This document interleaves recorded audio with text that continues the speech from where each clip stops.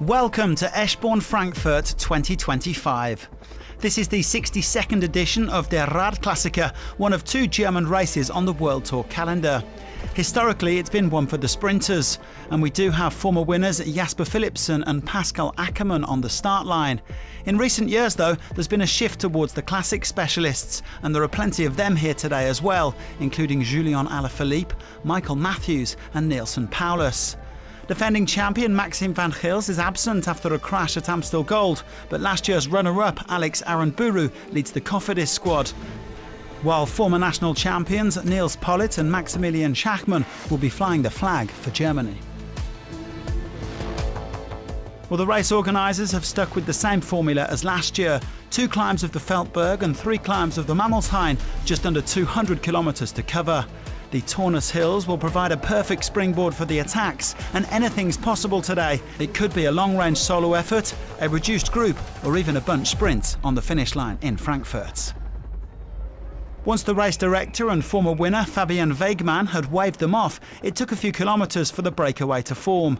There were a couple of half-hearted attacks, but a move didn't stick until they came past the finish line for the first time.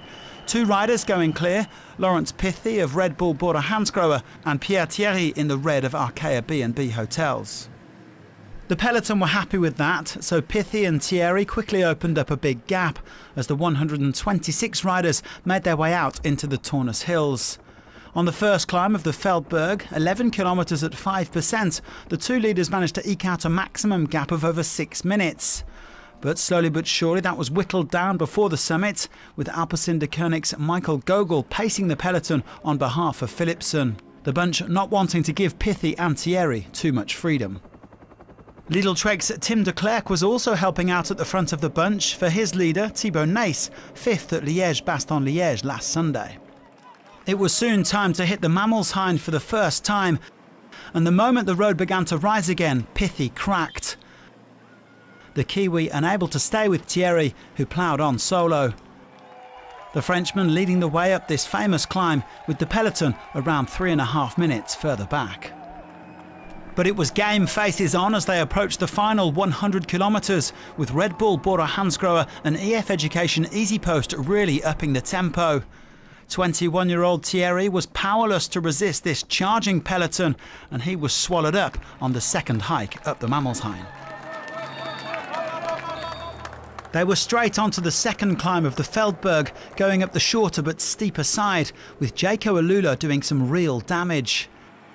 Nils Politt was one of the first to hit a wall. The German has never had much joy at this race.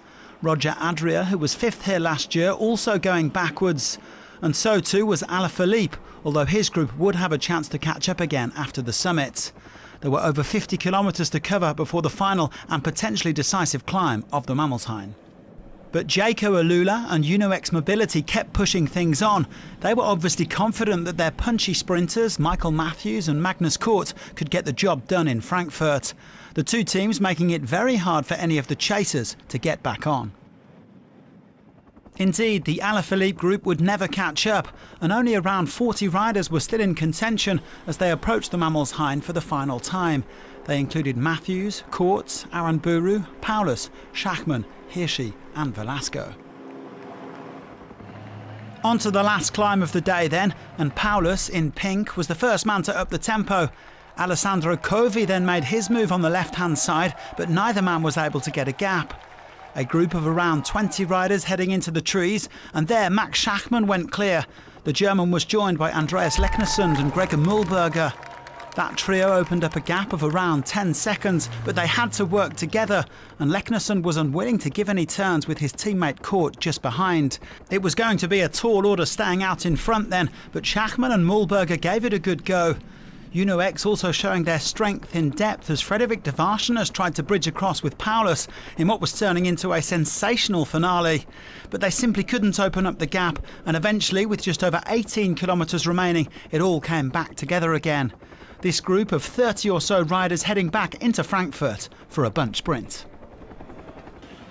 And into the final moments, it's Valgren going to set up Nielsen Paulus, in case you're wondering, and Magnus Cort second in line here for the Uno X, down around the final bend, and inside the final 500 metres. The sprint for glory here in Eschborn Frankfurt is underway as the wind-up begins on the front. Valgren pulls over, tries to present Nielsen Paulus in the pocket, but it's Magnus Cort that's going to have the final say, the final lead out. Mark Hirschi moving up for the Tudor Pro Cycling team as well. Denz is trying to put himself into prime position. Couple of options for the Bull-BORA-hansgrohe squad. They're all starting to crowd around, and everyone wants this sprint to begin. Hasn't quite got underway just yet. And here goes Cort. Cort for glory. Michael Matthews round the outside. Michael Matthews going for glory, and he's not going to be denied this time. Michael Matthews surely going to get there. Will he be able to get over him? It's not. It's Michael Matthews, hands in the air, gets the glory, gets the victory in Eschborn Frankfurt. At last, relief for Bling. He gets the win that he so desired.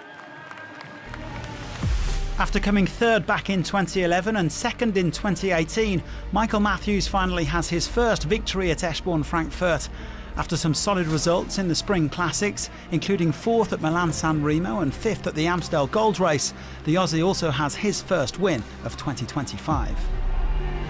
It's been a race that really suits me for a lot of years, and haven't been able to win it. So yeah, to come here today with the team, the way we rode perfectly, and to execute a performance like my team did for me today, it just puts the icing on top of the cake. Matthews taking his 43rd career win ahead of Cort, who had to settle for second despite all of Uno X's efforts. Jon Barrenetxea came third, his best World Tour result, followed by Paulus, Frederik Wandal and the youngest rider in the race, 18-year-old Albert Withen Philipsen. Bling back on top of a podium for the first time since September and looking absolutely delighted about it. The perfect way for him to round out the classic season as we now switch our focus to stage racing and the Grand Tours. Do join us again next time, and thanks for watching.